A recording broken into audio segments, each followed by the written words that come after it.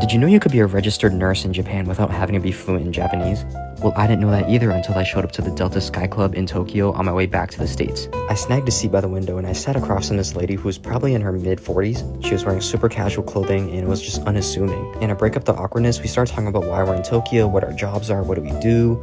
It turns out she's been a US Navy nurse for like 20 plus years and she lives in Tokyo. Here's the craziest part. She has a 3-bedroom house in Yokohama that's paid for by the US government.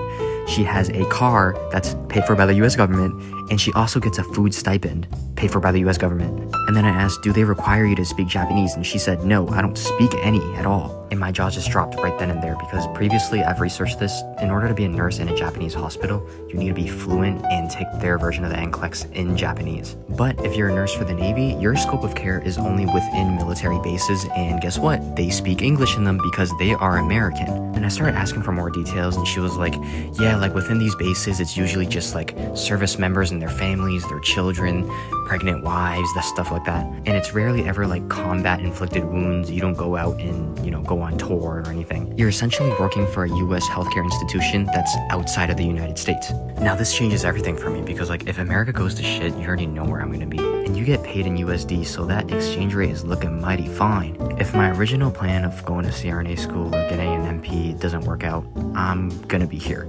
I would exist in America, but I would live in Japan. You know what I'm saying?